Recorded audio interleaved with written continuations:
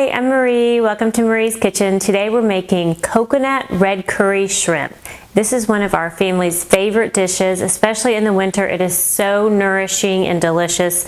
If you like Thai flavors like cilantro, lime, ginger, garlic, you are gonna love this dish. Coconut red curry shrimp is great for a last minute dinner. You can serve it with some simple white rice, or as I'm gonna show you today, you can add chicken stock to the dish and turn it into a really nourishing, healing soup. So we love to do that and serve it with some angel hair noodles or rice noodles, and it's just comfort food at its finest. So I can't wait to share this one with you. Let's get started.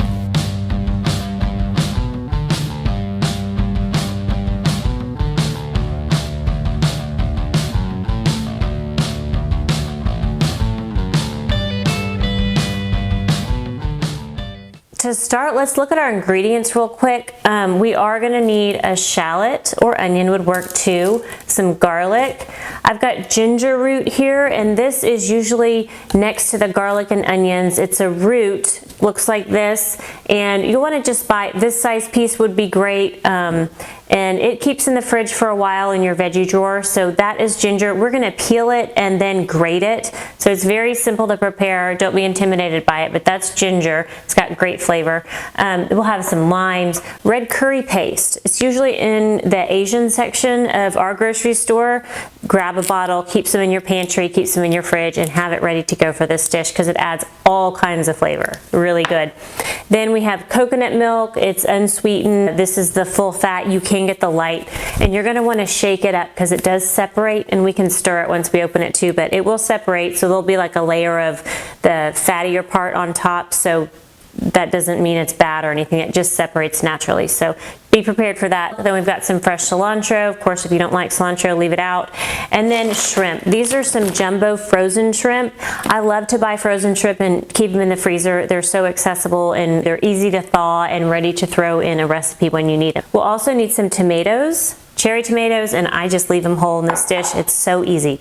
Okay. To start, we're gonna cut a shallot, and what I'm gonna do is just slice off the end here and then peel off the paper and kind of this first layer. And then we'll cut this into some thin rings. If you don't have a shallot around, onion is great. You just use, maybe a quarter of an onion. And I like to do that in rings. So we're just gonna go right down like this.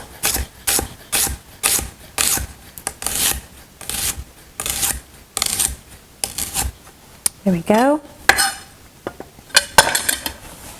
We'll pop these in a bowl and set them aside.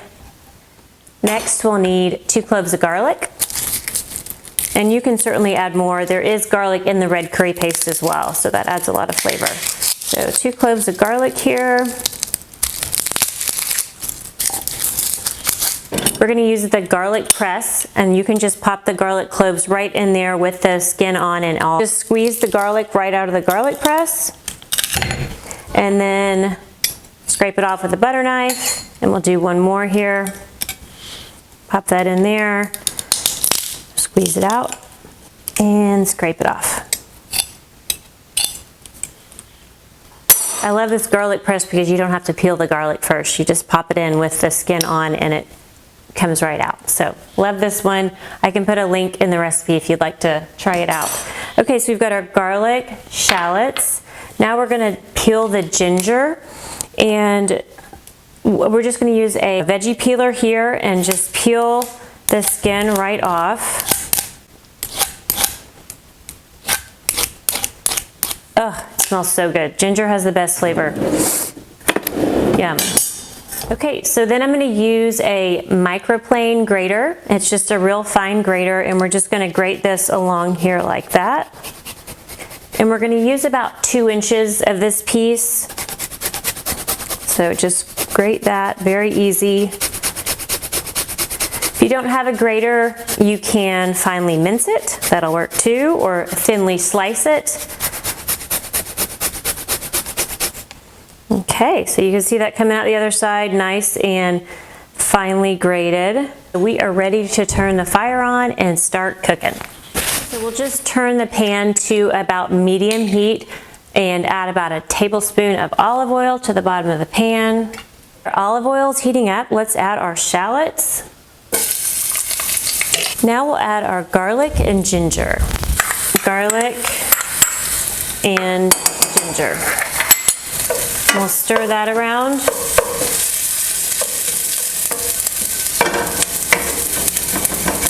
Yum. There's nothing better than the smell of ginger and garlic and onions cooking. So good. Now we'll add 2 tablespoons of red curry paste, and this is a mixture of garlic, lemongrass, kaffir lime leaves, other spices, coriander root, and it is just bursting with flavor.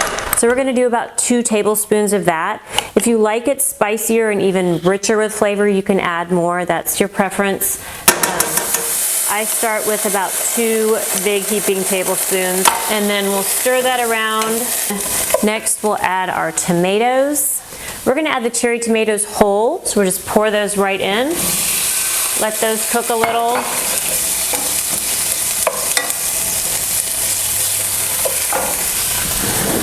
Now we'll add the coconut milk. Just pour that right in.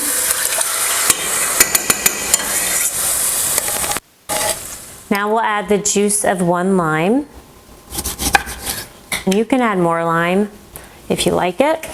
I like a lot of strong lime flavor. So often at the end I'll add a few more squeezes of lime. That is done except for the salt and pepper and of course the shrimp. I'm thawing the shrimp right now. The best way to do that is either to thaw it in the refrigerator overnight, or you can just run a little cool water over it until it thaws. Then I'm going to peel off the shells.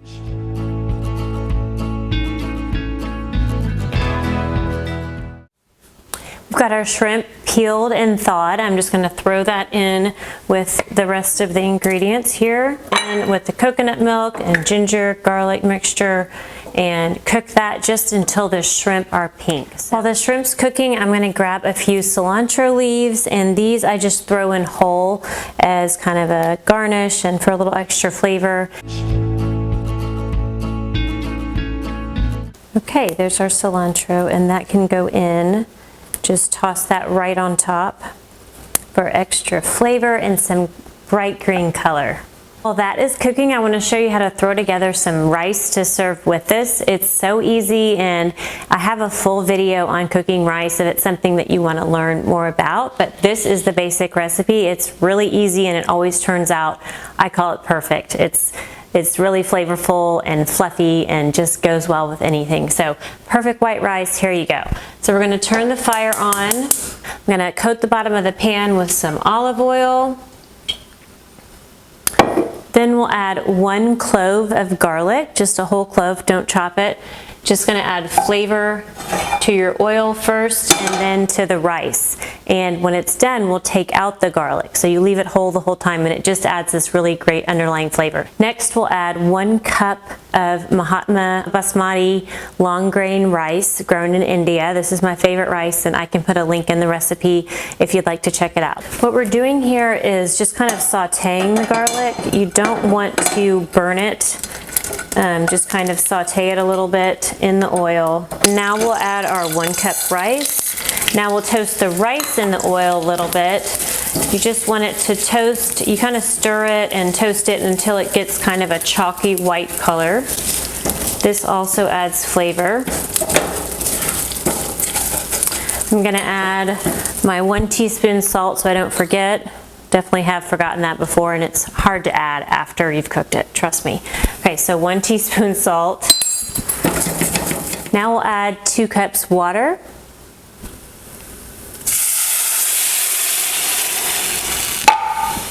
Then I'll turn it up to medium-high. What we're gonna do is bring it to a boil and then immediately turn it down to low and put the lid on.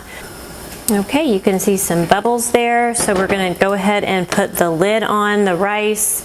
You want a nice tight-fitting lid so there's not steam leaking out. You want all that in there to cook the rice. And you wanna leave the lid on the entire time. Don't be opening, checking, and stirring. That can mess up your rice. So leave the lid on for the full 20 minutes. Turn that down to low and leave it on for 20 minutes, and the rice will be fluffy and flavorful. You can pop out the garlic and throw it away, and then that's ready to serve. One more idea I want to tell you about for this dish is if you want to turn it into a soup. It's so simple. All you'll need is some chicken stock or broth. We're going to add the chicken stock or broth right into the shrimp mixture and let that heat through, and then you can add, I like to add more lime juice to have a real strong lime flavor. Season with a little more salt, maybe some more cilantro, and that's ready to serve as a soup. We love it with some angel hair pasta or rice noodles if you're trying to do gluten-free.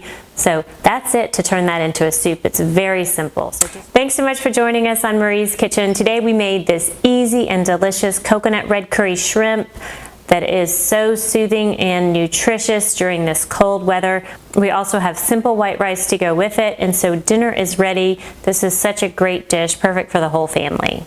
If you like this recipe, give us a thumbs up.